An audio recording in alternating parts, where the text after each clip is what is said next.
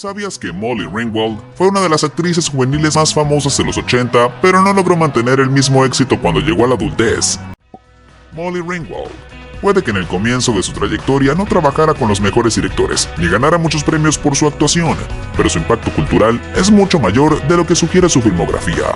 Con tan solo protagonizar Se busca novio, El club de los 5 y La chica de rosa en la primera mitad de los 80, Molly se transformó en un ícono del cine juvenil que marcó una época dorada, e inclusive apareció en la portada de la revista Time de 1986 como una de las personas más importantes del año. Un factor decisivo en su histórica carrera fue que sus principales éxitos de taquilla fueron escritos o dirigidos por John Hughes, el cineasta cuyos films encapsularon cómo era ser joven en la frenética década de los 80. En dicha época fue miembro del Brat Pack, un grupo de actores en ascenso, del que también formaron parte Anthony Michael Hall, Ali Sheedy y Robert Downey Jr. A excepción de este último, las carreras de todos ellos se apagaron a medida que entraron en la adultez, y perdieron el encanto de la juventud que los mantuvo encasillados en papeles de estudiantes de secundaria por casi una década. Como resultado de esto, en los últimos 30 años, sus roles se limitaron a producciones de poco éxito y series de televisión, siendo el papel de Mary Andrews en Riverdale el único trabajo que mantuvo por varios episodios en lugar de una solitaria aparición como estrella invitada. Kelly McGillis. Uno de sus primeros roles en el cine fue en compañía de Harrison Ford en Testigo en Peligro, el film donde interpretó a la madre de un niño que presenció el asesinato de un oficial de policía. Su poderosa actuación le valió una nominación al Globo de Oro y sentó el camino al papel que la marcaría por el resto de su vida. En 1986 dio vida a Charlie en Top Gun, la película en la que compartió escenas junto a Tom Cruise como instructora de pilotos de combate de la Marina de Estados Unidos. La producción fue un éxito sin precedentes que recaudó más de $350 millones y la posicionó como una estrella de cine de fama mundial. Si bien en los 90 actuó en más de 10 largometrajes, los roles protagónicos se volvieron escasos y el público perdió interés en su trabajo. Parte del problema fue la tendencia de Hollywood de desechar a las actrices cuando llegan a cierta edad, a la vez que se retiró del cine para enfocarse en su familia. Con más de 60 años, los productores de Top Gun Maverick pensaron que era demasiado vieja para interpretar el interés amoroso de Tom Cruise. Además, Kelly aseguró que la industria le dio la espalda porque se niega a hacerse cirugías plásticas y a teñirse el cabello para ocultar el gris que se apoderó de su otrora melena rubia. Daryl Hannah. La chica que creció sufriendo autismo en una época que la condición era incomprendida, se las arregló para mudarse de Chicago a Los Ángeles con la meta de convertirse en actriz. En 1978, debutó en el clásico de terror La Furia, donde interpretó a una adolescente con poderes telequinéticos atrapada en una conspiración gubernamental. 4 años más tarde obtuvo el papel de Priest en Blade Runner, la épica película de ciencia ficción en la que no solo hizo una actuación poderosa, sino que demostró su capacidad atlética e intrepidez realizando sus acrobacias sin ayuda de un doble de riesgo. Ese papel supuso un punto de inflexión en su carrera y desde entonces protagonizó muchas otras películas de éxito.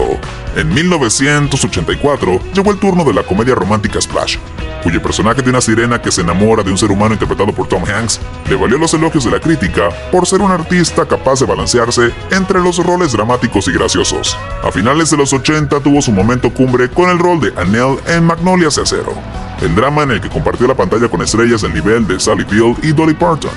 Si bien la película fue bien recibida por la audiencia y la crítica, su carrera cayó en picada hasta que resurgió brevemente en el papel de Ellie Driver en Kill Bill, el film dirigido por Quentin Tarantino en 2003. En los últimos años, actuó en varias películas y series de televisión de relativo éxito, a la par que dedica la mayor parte de su tiempo al activismo por el medio ambiente. Rick Moranis. El canadiense empezó trabajando en producciones de televisión en su país natal, antes de dar el salto a Hollywood con su papel revelación, Louis Tully en Los Cazafantasmas. La segunda mitad de los 80 fueron un periodo de triunfo tras otro, ya sea cantando en la adaptación cinematográfica del musical La tiendita de los horrores o dando vida al villano Dark Helmet en Spaceballs, la parodia de Star Wars que de inmediato se convirtió en un clásico. Entre 1989 y 1997 protagonizó la trilogía de Querida encogía a los niños, repitió su papel de Louis en Los Cazafantasmas 2 e interpretó a Pablo Mármol en Los Picapiedra. Básicamente Rick estaba en la cima de la industria del entretenimiento como una de las estrellas más taquilleras de los 80 y 90, pero su carrera llegó a un abrupto fin cuando la muerte de su esposa en 1991 lo hizo replantearse cuál era el camino a seguir. Con el fin de dedicarse a la crianza de sus hijos, sus únicos roles han sido trabajos que le permitieran permanecer junto a su familia. Por ende se dedicó a prestar su voz a personajes en películas animadas como Tierra de Osos y la serie Bob and Dog. Bridget Fonda. Ser hija del galardonado actor Peter Fonda y sobrina de la legendaria Jane Fonda le da un estatus similar a la realeza de Hollywood. Sin embargo, pertenecer a un clan de actores exitosos no fue suficiente para asegurar su permanencia en la meca del cine. Luego de estudiar en dos organizaciones de prestigio como lo son el Instituto de Teatro y Cine Lee Strasberg y la Escuela de Arte Stitch de la Universidad de Nueva York, Bridget llegó a Hollywood y de inmediato le dieron un papel protagónico en la película Aria. Su interpretación fue alabada por la crítica y la audiencia, así que en 1989 estelarizó Scandal, y al año siguiente consiguió el rol de Grace Hamilton en El Padrino 3. Ser laureada como una de las estrellas más grandes de su generación le abrió el camino a participar en Mujer Soltera Busca, y compartió escenas con Robert De Niro y Samuel L. Jackson en Jackie Brown, dirigida por Quentin Tarantino. Por más de una década actuó sin parar estrenando al menos 3 películas al año, lo cual generó que a la temprana edad de 38 años se sintiera fatigada por trabajar en casi 50 producciones. Anthony Michael Hall. Otro de los miembros del Brat Pack en los 80 es este actor célebre por su participación en varias producciones del escritor y director John Hughes. Siendo apenas un adolescente, el cineasta lo contrató para el film Vacaciones Familiares y se volvió su especie de musa debido a que lo empleó en la mayoría de sus películas durante el resto de la década. En 1984, interpretó a Farmer Ted en el debut como director de Hughes en Se Busca Novio. La película, que protagonizó con Molly Ringwald, fue un éxito inmediato y lo posicionó como una de las principales estrellas de su generación. Enseguida tuvo otros triunfos de taquilla, entre los que se incluye El Club de los Cinco y Ciencia Loca. Pero tan pronto terminaron los 80 y comenzó la nueva era de los 90, su presencia en la pantalla disminuyó hasta desaparecer casi por completo. Al igual que sus compañeros del Brat Pack, fracasó en conseguir roles adultos porque todos lo relacionaban con personajes en edad de estar en la secundaria. A Michael tampoco le ayudó a comenzar a beber alcohol a los 13 años, así que el resto de su carrera está repleta de películas de bajo presupuesto, que ni siquiera fueron estrenadas en el cine, y sus últimos papeles se limitan a personajes secundarios en series de televisión. Pauly Shore. Hace poco más de 30 años, el comediante emprendió su meteórico ascenso hacia la fama. Tras debutar en shows de stand-up, fue contratado por MTV para ser presentador de videos musicales gracias a su personalidad de holgazán que se expresaba usando el lenguaje de los surfistas de California, populares a finales de los 80. En pocos años se convirtió en una sensación mundial, más que todo porque su alter ego conocido como The Weasel o La Comadreja se volvió una figura omnipresente en la gran pantalla, con películas exitosas, incluyendo El Hombre de California, protagonizada en compañía de Brendan Fraser, y Mi Futuro Yerno, que recaudó casi $50 millones en taquilla. A mediados de los 90 estaba en la cima del mundo, pero a finales de la década ya era una estrella de cine olvidada. Después del estreno de Biodome e In the Army Now, la audiencia se cansó de ver al mismo actor interpretando al mismo personaje una y otra vez, así que su estilo de comedia empezó a ser visto como desfasado por no adaptarse a los nuevos tiempos.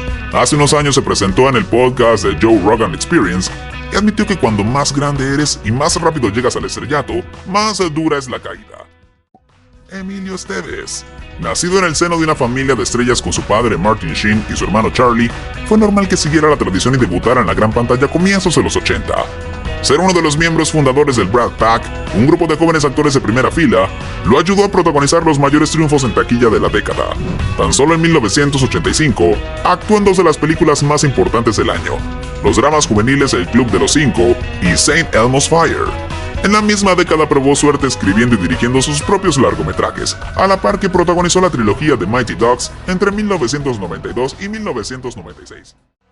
Sinbad. El comediante, que comenzó presentándose en pequeños clubes nocturnos, alcanzó la cima del estrellato en los 90 cuando era invitado regular a los especiales de comedia transmitidos en HBO, gracias a su estilo incansablemente enérgico y libre de obscenidades que lo hizo encajar con un público amplio. A lo largo de los 90 obtuvo varios papeles en el cine, siendo los más memorables su participación en House Guest y El Regalo Prometido, la película navideña que protagonizó junto a Arnold Schwarzenegger como 2 padres luchando por conseguir el juguete favorito de sus hijos. En 1997 tuvo un papel secundario en Buena Hamburguesa. Macaulay Culkin, desde su más temprana infancia, ha estado presente en la pantalla en comedias como Tío Buck al Rescate, estrenada en 1989. Al director John Hughes le gustó tanto su interpretación que escribió el guión de Mi Pobre Angelito con Macaulay en el papel de Kevin McAllister, y de hecho por un momento pensó que no existía otro actor capaz de interpretar al pequeño abandonado solo en casa. La comedia navideña fue un triunfo masivo que rompió récords de taquilla al recaudar casi $500 millones e hizo de Macaulay uno de los actores infantiles más demandados de la industria. Ante semejante éxito, su salario en la secuela se incrementó de $110,000 a $4.5 millones. dólares. Sin embargo, él sería el menor beneficiado de su fortuna, porque sus padres despilfarraron parte del dinero y acabó llevándolos a la corte para impedir que controlaran su fondo, que en ese entonces ascendía a entre 15 y 20 millones de dólares.